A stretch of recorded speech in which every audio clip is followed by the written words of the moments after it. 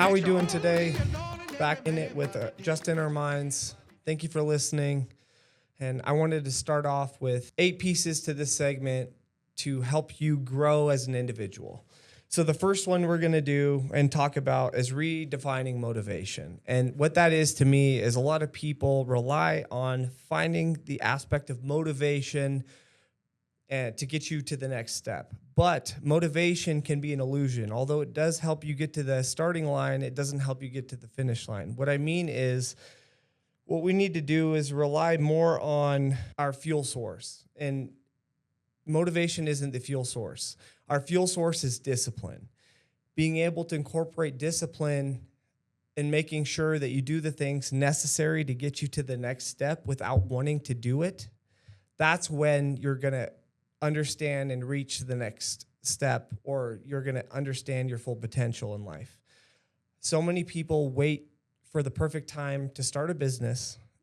They wait for the perfect time to start a job. They wait for the perfect time to start a podcast. They wait for the perfect time to go to the gym. There is no perfect time. The only thing that you have is now. And to work through the now, you have to start. So get to the starting line and move forward. And once you get the race started, that's when you're going to start seeing the potential for your goals being accomplished. And what I mean by that is, some of us are perfectionists. Some of us are scared of failing. So as soon as you get over the idea that failure is going to be the end result, that's when you're going to reach the highest potential for you as a person. Something I tell a lot of clients and people and individuals is, you're going to find your greatest success just behind the shadow of doubt and fear. Number 2, and I got this from Joe Rogan. Number 2 is habits as an identity builder. And what I mean by that is, who are you when no one's looking? So what Joe Rogan talks about is, if somebody's filming your life, what character do you play? And what I mean by that is, are you the main character? Are you a supporting role? Or are you an NPC? And it's your choice. You have the pen. You are the gatekeeper. You are the writer of the story. So when no one's looking, who are you and what do you do? Are you the one that can show up for other people and create this external validation of who you are, this illusion? Or are you somebody that shows up for yourself, which that's where the real person is created, in my opinion. And that's where you're going to fall less likely to the victimhood of filling the void when you create something for yourself. So when no one's looking, who are you and how do you get there? Are you the main character of your story? Or are you a supporting role? Or are you filling the void to be a non-playable character for other individuals that are writing your story? It's either you or somebody else that you're creating goals, you're creating these ambitions, and you're supporting. So it's your choice. Do you have the pen in your hand, or are you just watching the story being created? Number 3, ego and self-deception. So what I mean by this is your ego creating a story based out of fear, or are you listening to your intuition and your higher self? And what I mean by that is, are you listening to the things that you should be doing even though you don't always do these things? That could be through business, that could be through relationships, that could be through trials and tribulations and not having the strength, or not feeling like you have the strength to overcome things. When you ask God for more strength, what do? Do you crumble under more weight, or do you accept what's happening and not think you're in control of everything that's going on? How do you take control, and how do you actually motivate yourself to get through these trials and tribulations? So if you ask for more strength, just make sure you're not listening to your ego to find the easier path. Because in our society, we have a square. Imagine a square, but everybody wants a circle. They want to cut corners. What I like to say is, we want to make our ancestors happy. What are you doing to think outside the box? What are you doing to create that better version of yourself? What are you doing to face your trials and tribulations head on and not listen to your ego for the comfort blanket that most of our society seems to find?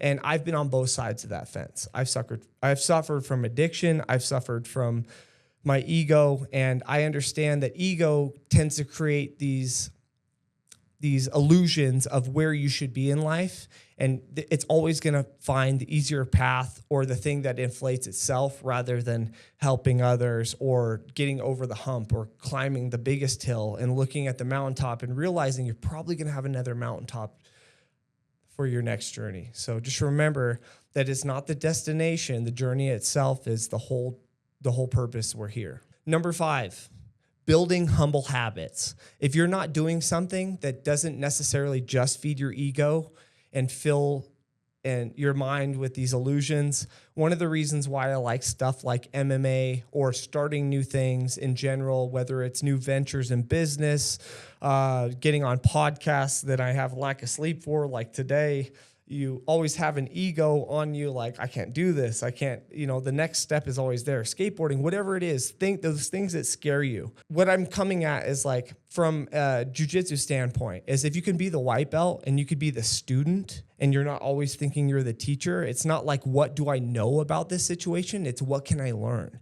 And if you can always be the student in life, you're going to have way more fun.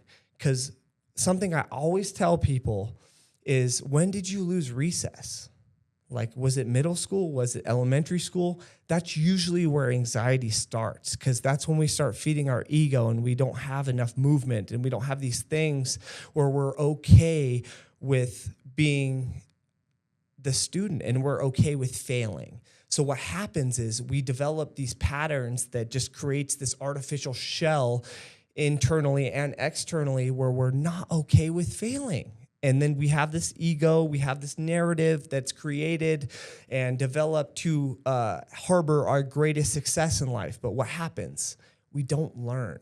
And we get stuck in this, oh my gosh, if I go and sing karaoke, I'm scared. If I go to do these dance moves in a public setting, I can't handle it. What happens? So we have this artificial idea of what's going to happen when we fail. But failure is only a lesson if we're okay with it. Failure is not the end. It's going to be something that actually builds and creates a more dynamic individual if you're okay with failing.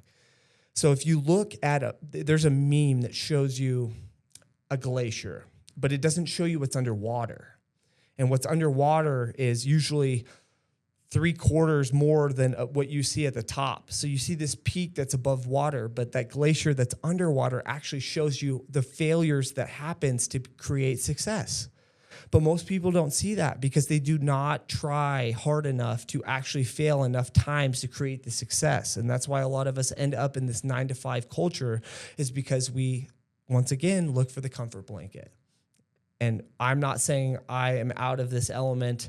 I've had plenty of times where I've worked for myself, and I've also been intimidated and scared to move on to the next step.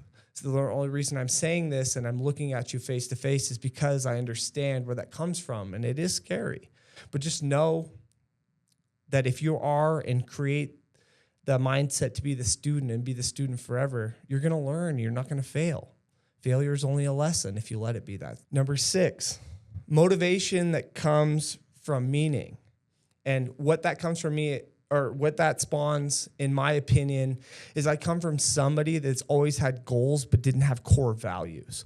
So if you expand from your lifestyle or whatever it is, your social norms or your childhood trauma, a lot of people tend to have these goals that are circled around money, your credit score, and all these other factors that are external. So if you spend more time looking internally and be able to create things that have to do with you as an individual and you from a spiritual side of things, that will help dictate where you're going in life and what you can create. I'm somebody that has spent so much time creating the shell around myself to create this armor that saves me from my 4-year-old self crying internally. But in the last few years, what I realized is I need to make sure that I do the internal reps that match the external reps. So if you have no core values or you don't have structure, you have no foundation. You could build the best house in the world, but that doesn't mean that it's going to be structurally sound. What happens is you're building something externally and you have no foundation. So when that foundation collapses, you're going to blame external sources.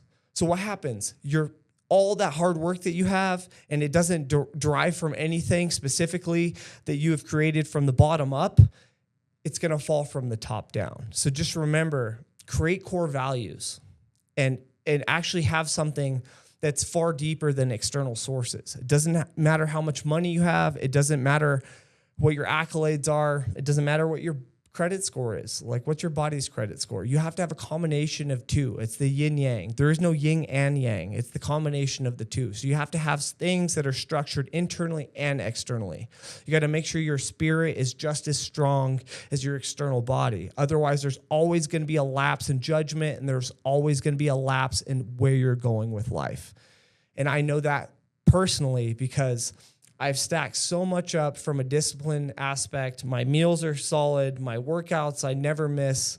But as soon as my sleep gets, I end up in a sleep deficit and I end up in weird situations, you're going to end up falling to your patterns rather than elevating to your best level of discipline. So just make sure your core values are intact so you don't fall victim to your ego once we're talking about number 3. Number 7, practical takeaways. What is and what can be your call to action? How are you showing up for yourself? How are you showing up for your family? How are you showing up for any individual or anything that is in your greatest goals for life? And what I mean by that is, once again, who are you? How do you get to those goals? What are your macro goals? Meaning, what are your big goals? If you're not reaching even 1% of those goals, then who are you? What are you doing? You're probably not showing up for yourself. Like I said, when Joe Rogan talks about who are you and nobody's looking, how can you be 1% greater, and how can you achieve these small micro goals is what I call them. So you're going to take those macro goals and you're going to dissect them. You're going to dissect them into individual levels. So you're going to have a level 1, level 2, maybe you'll say you'll have 10 levels from here. And what these things are is individual days. So you have 7 days out of the week. What can you do each day to make sure that you're accomplishing this macro goal? And from these micro goals, you're going to be able to accomplish more. Most people have this idea of who they want to be, or these concepts of where they want to go in the next 3 years, but they don't realize it's a 3-year goal. So you're going to end up in this situation that's called the Grand Canyon theory. One of my friends, Josh, explained this to me. What this means is you see this goal that's on the other side of a mile long crevasse, or whatever you want to call that, like a mile long space. And in between that space, you have where you're at now and where you're getting to. But then you let your ego fill you with this negative self-talk and these negative doubts and endless reasons why you're not accomplishing these goals. So what are you going to do between these macros and the micro goals is you're going to lean back towards the micro goals and you're going to create a plan, what I call a blueprint, to be able to succeed these things. And you're going to be able to navigate whether you have to go down and cross the path and get through the ravine and get up the other side past the lake and get to the other side of the valley. Or you're going to try to think of a way to shoot a rocket across, and it's probably going to fail. So what I'm saying is you're creating these micro goals to be able to sustain day in and day out, to handle the failures that will greater create the journey for being the student and understand these lessons that are necessary for your failure, because failure is something that we need to be successful. So what you're going to do is you're going to take those macro goals, you're going to dissect them. Think of 10 pillars, every individual pillar that you'll need to succeed. So when you take those macro goals, you'll dissect them into those 10 steps. And those 10 steps are going to greatly impact who you are and how you're going to accomplish these things. And don't be shy. You know, like, even if you have these narratives and this story that you're not going to be successful, just realize that's that ego. That's that negative dialogue. And we're a student of the game. So we're going to move forward from that. So you have to create a curriculum for yourself, because no one's going to save you in this life but yourself. So what you're going to do is you're going to create these 10 steps, and those 10 steps are going to help you along the way to make sure that you can get closer to the macro goal. Number 8, we don't rise to our greatest habit. We fall to our lowest system we have in place. And what I mean by that is it doesn't matter how great you are for the day. If you have something bad happen and you're not doing the shadow work and you're not understanding and having the awareness to see the situation you're in, and you let that ego take control and it takes advantage of your day, then you're going to fall to that last level of where your system lies. And what I mean by that system is your worst habit, those habits that you always fall back on. It doesn't matter how far you go. If you don't address those bottom habits and you can't bring yourself to that next level, you're always going to fall to that next plateau. And that's okay. It happens. Don't stay there, though. Just remember that you have to put into the daily life to understand and have the awareness to be 1% better. Just remember, in a year's time, if you think of 1% better per month, we have upwards of 36% that we could be better at, or depending on weeks, all these other factors and learning patterns. Just the biggest goal is to be 1% better than the last place you were at. So if you fall down to our systems or where we were prior, just remember that it's okay. You're a student to the game. So learn from where you fell and try to grow. And all we need is 1% better, because 1% better every day, every week, every month, you're going to scale that and at a rate that most people can't handle because they're stuck in the victim mindset. So just remember, as long as you can do 1% better, 1% greater than any of your past versions. Remember, don't compare yourself to anybody else. Just try to be a little better than a past version of yourself that wasn't at par to what your goals are. And we got to start with the macro goals, and those will expand, and you'll create a journey, and you'll expand to those macro goals. So just remember to create a blueprint, and we have to start with the 1%. And as that 1% expands day by day, week by week, month by month, you're going to be able to create a more positive and a more student-based side for yourself. You're going to have more empathy, you're going to have more confidence, and you're going to have more internal and external support to be able to create the best version of yourself. Just remember, have a great day, everybody, and thank you for listening.